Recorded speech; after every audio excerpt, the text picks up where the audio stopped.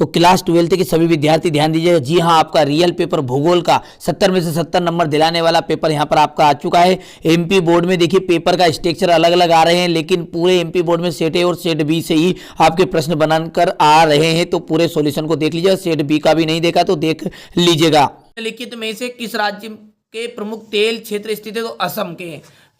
इनमें से कौन सा तृतीय क्रियाकलाप के अंतर्गत आता? तो व्यापार। और रेड जेल को क्या कहा जाता है? मानव भूगोल का जन्मदाता कहा जाता है। 121 करोड़ जनसंख्या है 2011 की जनगणना के अनुसार, ठीक है। इसके बाद में क्वेश्चन नंबर 5 का आप मिश्रित कृषि यानी कि खेती, आप इसका अच्छे से टिक मार के कर दीजिएगा। चलिए, इसके बाद में क्वेश्चन नंबर 2 की यदि बात करें तो उसमें है रिक्त स्थान। इंदिरा गांधी नदी का निर्माण, ठीक है, इंदिरा गांधी ने नदी का निर्माण कितने चरणों में पूरा कराया? तो 2 चरणों में पूरा कराया था। कितने चरणों में? 2 चरणों में पूरा कराया था। देखिए मैं इसको सही लिख देता हूं यहाँ पर, नदी, ठीक है। विश्व पर्यावरण और विकास आयोग का गठन रिक्त स्थान ने किया? संयुक्त राष्ट्र संघ ने किया। तो किसने किया? देखिए ध्यान से समझिएगा, संयुक्त राष्ट्र संघ।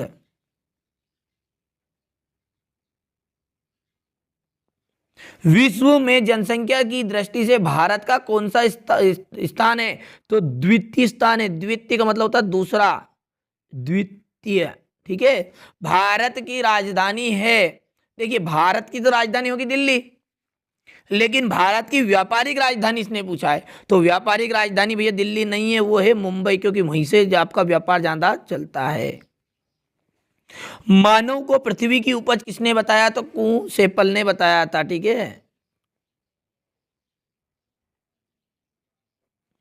चलिए, चाय सर्वाधिक किस राज्य में पाई जाती है? तो चाय जो पाई जाती है वो पाई जाती है असम में। किसमें? असम में, ठीक है। सही जोड़ी का मिलान अब हम करेंगे। 5 सही जोड़ी है। कृषि, देखिए कृषि का आपका बिल्कुल आ जाएगा प्राथमिक क्रिया है, एकदम सही बात है, क्योंकि हमारी खेती बाड़ी आती है प्राथमिक क्रिया के अंतर्गत। सिख धर्म, ठीक है, यहां पर है सिख धर्म। सिख धर्म जो है पंजाब और हरियाणा में ज्यादा पाया जाता है, तो ये हो गया पंजाब हरियाणा। सूखा संभावी क्षेत्र, देखिए सूखा से जो संभावी क्षेत्र होता है वो है पश्चिमी मध्य प्रदेश, ठीक है। तीसरा, सोयाबीन उत्पादक राज्य, सोयाबीन का उत्पादन करने वाला राज्य कौन सा है? तो वो है मध्य प्रदेश। सबसे लंबी गैस पाइपलाइन, सबसे लंबी जो गैस पाइपलाइन है वो है हजारी विजयपुर जगदीशपुर। तो यहाँ पर ये अंतिम जो है आपका ये 5वां हो जाएगा, ठीक है भैया। चलिए अब है आपकी अगला प्रश्न जो है वो है एक वाक्य में उत्तर के नाम से है। चलिए ध्यान से समझते हैं उसे भी। देखिए, व्यवहारवादी भूगोल का संबंध किस सार्वजनिक विषय से है? व्यवहारवादी, ठीक है, तो मनोविज्ञान से।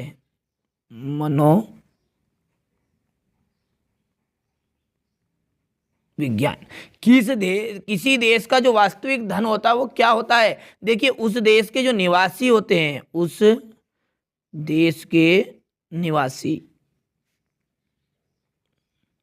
यही पेपर में आपका आने वाला है। आप बिल्कुल निश्चिंत रहिए, शंका किसी भी प्रकार की मत करिएगा। देखिए भरोसा रखना पड़ेगा। भारत में किस क्षेत्र में जल की मांग सबसे अधिक है? तो देखिए सिंचाई के क्षेत्र में। तो कृषि हेतु सिंचाई में, कृषि हेतु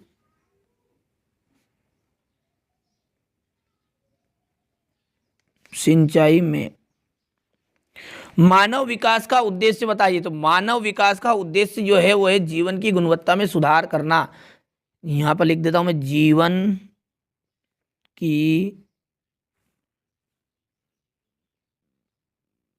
गुणवत्ता में सुधार करना या फिर सुधार करना, ठीक है। भोपाल मध्य प्रदेश का किस प्रकार का नगर है? तो वो है प्रशासनिक नगर, ठीक है। तो यहां पर लिख देते हैं इसका भी आंसर,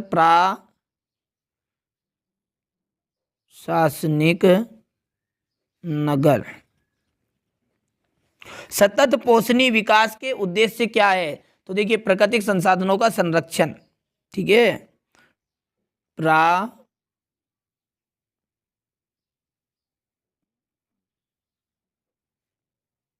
प्राकृतिक संसाधनों